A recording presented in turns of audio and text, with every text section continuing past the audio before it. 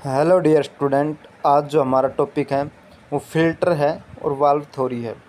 Mostly अपन filter के ऊपर ही question बनता है तो फ़िल्टर के ऊपर ही करेंगे। वाल्व थ्योरी है, उसका प्रिंसिपल होता है थर्मोनिक इमिशन। यही क्वेश्चन पूछा जाता है और एक ही दिशा के अंदर फ्लो होता है धारा का। ठीक है, तो ये क्वेश्चन दो क्वेश्चन बनते हैं वाल्व थ्योरी से। फिल्टर से बात करते हैं। इससे पहले हमने पता था रेक्टिफायर क्या काम करता है, एसी को डीसी के अंदर बदलता है। पर जो डीसी होती है वो पल्सेटिंग डीसी होती है, उसको पल्सेटिंग यानी कंपनमान डीसी होती है, उसके रिपल्स को कम करने के लिए फिल्टर का यूज किया जाता है ताकि हमें शुद्ध डीसी प्राप्त हो सके। यही फिल्टर का काम है। ठीक है, फिल्टर से जो क्वेश्चन आएंगे आपको डायरेक्टली हिट करेंगे। इस चैप्टर के अंदर जो 8 से 10 क्वेश्चन कराऊंगा, इनसे बाहर फिल्टर के एक भी क्वेश्चन नहीं जाएगा। ये कंसेप्ट बिल्डिंग क्लासेज हैं, इससे आपका कंसेप्ट बिल्ड हो रहा है, इस बात का ध्यान रखना। क्योंकि यहाँ पर जो क्लास करा रही हैं बिल्कुल A1 फ्री ऑफ कॉस्ट करवा रही हैं और जो पेड बैच है उसको फ्री ऑफ कॉस्ट प्रोवाइड किया जा रहा है ताकि आपको एग्जाम में अच्छा स्कोर हो सके। ठीक है, क्वालिटी कंटेंट आपको देखने को मिल रहा है। PDF HD PDF आपको प्रोवाइड करवाई जा रही हैं, तो आपको बिल्कुल इनका एंजॉय कीजिए। ये PDF हैं, ये आपको इंजीनियर्स लैब पर आपको मिल जाएंगे। इंजीनियर्स लैब टेलीग्राम चैनल पे आपको ये मिल जाएंगे। ठीक है, वहाँ पर आप सभी लोग देख सकते हो। पहला क्वेश्चन देखना क्या कह रहा है। आउटपुट में वोल्टेज तरंगों को कम करने के लिए रेक्टिफायर के सर्किट में संयोजन में आमतौर पर किसका प्रयोग किया जाता है। फिल्टर का काम क्या है ये पूछ रखा है। ठीक है, नहीं, फिल्टर का काम होता है रिपल्स को कम करना। ठीक है, यहाँ पर क्वेश्चन कुछ और कुछ पूछ रहा है कि तरंगों को वोल्टेज तरंगों को कम करने के लिए किस प्रकार का फिल्टर अपन यूज करते हैं। तो आपको लो पास फिल्टर अगर कम करना है तो लो पास फिल्टर, ये क्वेश्चन मैं छठे क्वेश्चन में कराऊंगा। यहाँ पर बस ये पढ़ लीजिएगा, ये क्वेश्चन आया हुआ है तो इसको मैं डिस्कस कर देता हूँ। सारे PYQ हैं, कंसेप्ट बिल्ड कर रहे हैं।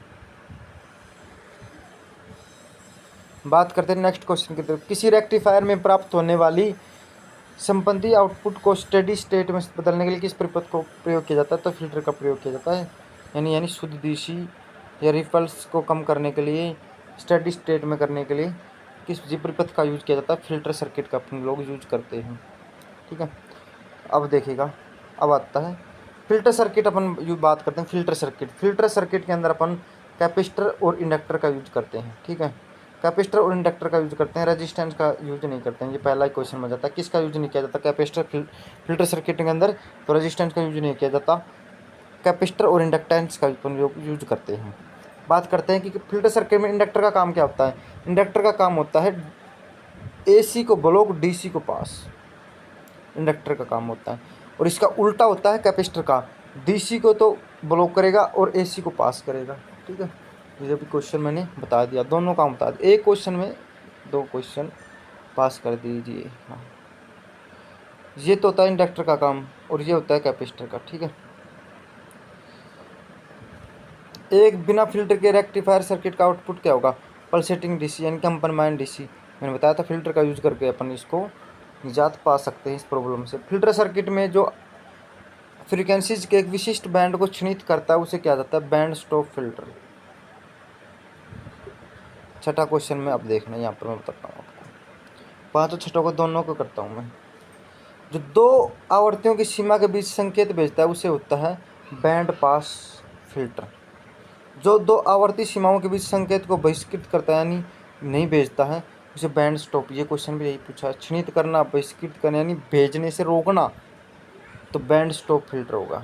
ठीक है, इतना आसान क्वेश्चन और ये एग्जामिनर पूछता है फिल्टर में से। फिल्टर में लोग पढ़ के चले जाते हैं इंडक्टर कैपेसिटेंस रेजिस्टेंस का यूज नहीं होता है। फिल्टर क्या काम करता है, बट जो टॉपिक फिल्टर के अंदर होता है कोई भी टीचर नहीं पढ़ाता है। वो filter band pass stop, band stop filter, low pass filter, high pass filter, इस प्रकार के क्वेश्चन पूछे जाते हैं। एग्जामिनर देख सकते हो आप सभी लोग पूछे जा रहे हैं। फिर आते हैं अपन लोग हाई फ्रिक्वेंसीज को संकेत भेजता है उसे कहते हैं हाई पास फिल्टर। तो लो फ्रिक्वेंसी को भेजते हैं लो पास फिल्टर। ये क्वेश्चन ही है, 4 क्वेश्चन बनते हैं, 4 मैंने समझा दिया आपको। 5 और 6 क्वेश्चन में सारी कंसेप्ट क्लियर। यही तो मैं बोल रहा हूँ कि कंसेप्ट बिल्डिंग क्लास होती है। ये मत सोचना कि सर तो 10 क्वेश्चन करा के जा रहे हैं तो हमारा तो 10 क्वेश्चन से एग्जाम थोड़ी फंस जाएगा। पूरा का पूरा कंसेप्ट समझा के जा रहा हूँ 10 क्वेश्चन में, ध्यान रखना।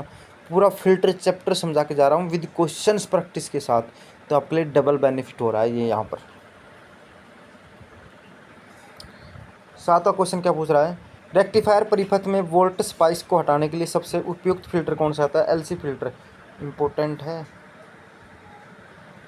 जो वोल्ट स्पाइस को हटाने के लिए एलसी फिल्टर का यूज किया जाता है। तो ये आपका ये ऑप्शन बिल्कुल राइट आंसर रहेगा। एक निश्चित आवृत्ति के ऊपर की सभी आवृत्तियों को प्रतिबिंबित करने वाला फिल्टर को क्या कहते हैं?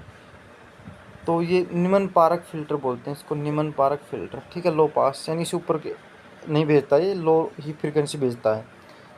सबसे उपयुक्त और सरल और सबसे सस्ता फिल्टर कौन सा होता है? तो होता है संधारित्र input filter, capacitor input filter सबसे बेस्ट होता है, सस्ता होता है, टिकाऊ होता है। 10वां क्वेश्चन क्या पूछ रहा है कि एक्टिव और पैसिव कंपोनेंट्स क्या होते हैं? तो एक्टिव बता देता हूँ। एक्टिव होते हैं जो इलेक्ट्रॉनिक्स के अंदर आते हैं, ट्रांजिस्टर, डायोड, ठीक है, इस प्रकार के होते हैं जो तो होते हैं एक्टिव। पैसिव के अंदर आते हैं, पैसिव के अंदर 4 आते हैं मोस्टली, RLC। तो यहाँ पर पैसिव पूछा है तो पैसिव RLC के अंदर C है ना, कैपेसिटेंस, इंडक्टेंस, रेजिस्टेंस। तो कैपेसिटेंस दे रखा है। ये सारे amplifier, transistor, field effect transistor, ये सारे एक्टिव हैं। तो इसके अंदर पैसिव है वो सिर्फ डी ऑप्शन है, तो इसका आंसर डी होगा।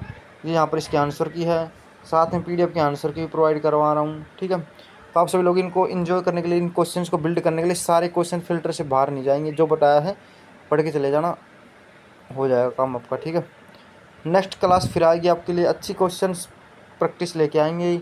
नेक्स्ट वीडियो और आने वाली है जिसके अंदर आपके 3 से 4 चैप्टर्स हो चुके हैं। धीरे धीरे अपन लोग 40 से 45 चैप्टर्स कवर कर देंगे। ठीक है, with concept building crash course important, यानी जो आपके लिए एग्जाम के लिए इम्पोर्टेंट न्यूज़ को हटाकर मैं आपको क्वेश्चंस प्रोवाइड करवा रहा हूँ। धन्यवाद।